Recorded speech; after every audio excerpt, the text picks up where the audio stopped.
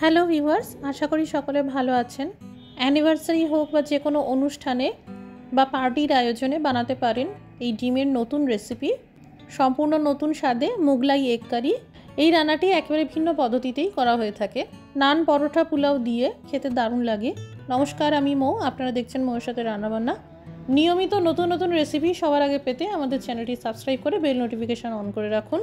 প্রথমেই বলে দিই, এই রান্নায় যে পরিমাণ তেলের ব্যবহার করা হয়ে থাকে আপনারা ব্যক্তিগত প্রয়োজনে তেলের পরিমাণটা কমাতে পারেন। কড়াইতে তেল গরম করে নিয়ে কুচানো পেঁয়াজ, কুচানো আদা, কুচানো রসুন আর কুচানো কাঁচা লঙ্কা দিয়ে দিলাম। এখানে 3টে বড় সাইজের পেঁয়াজ, 2 ইঞ্চি সাইজের আদা, গোটা 5 রসুন আর 3টে কাঁচা লঙ্কার ব্যবহার করা হয়েছে। সামান্য গোটা গোলমরিচ, একটা দারচিনি স্টিক, একটা এলাচ দিয়ে দিলাম। সামান্য করে লবণ দিয়ে জাস্ট উপকরণগুলি নরম হওয়া পর্যন্ত ভাজতে হবে। বেশ 2-3 মিনিট ভেজে নেওয়ার পর একটি পাত্রে তুলে সরিয়ে দিলাম। আবারও পরিমাণ মতো তেল দিয়ে দিলাম।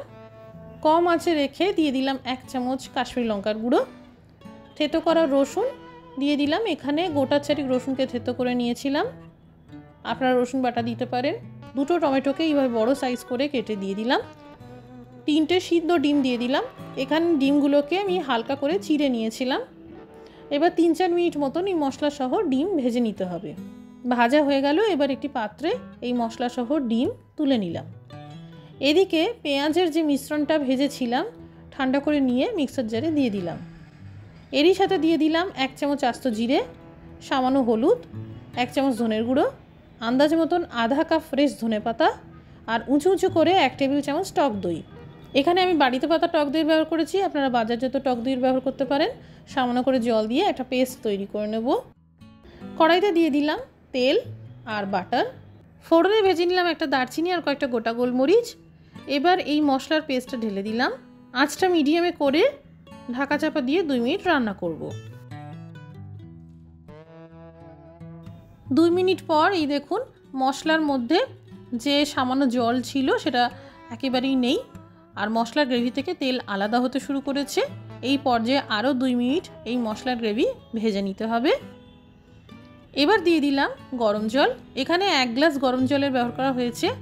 সামান্য লবণ দিয়ে দিলাম। কম আঁচে ঢেকে রান্না করব। 5 মিনিট মতন সময় লাগলো। গ্রেভি একদম তৈরি।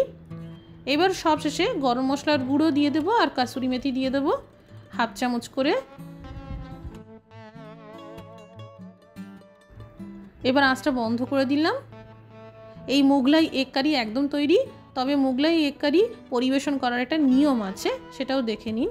প্রথমে পাত্রে গ্রেভিটা এইভাবে পরিবেশন করতে হবে, তারপর আস্তে করে মশলা সহ যে ডিম ভাজা হলো সেটা গ্রেভির উপরে এইভাবে রেখে দিতে হবে। আপনারা চাইলে ওপর থেকে একটু ফ্রেশ ক্রিম ছড়িয়ে দিতে পারেন। পোলাও বা নান রুটি দিয়ে পরিবেশন করতে হয়, খেতে ভীষণ ভালো লাগে। যারা চিরাচরিত ডিম রান্না করতে করতে একঘেয়েমি এসে গেছে আর নতুন কিছু ডিমের রেসিপি ট্রাই করতে চাইছেন, অবশ্যই এই রেসিপিটা একবার ট্রাই করে দেখবেন। আজকের রেসিপিটি দেখার জন্য অসংখ্য ধন্যবাদ। সবাই ভালো থাকুন, সুস্থ থাকুন।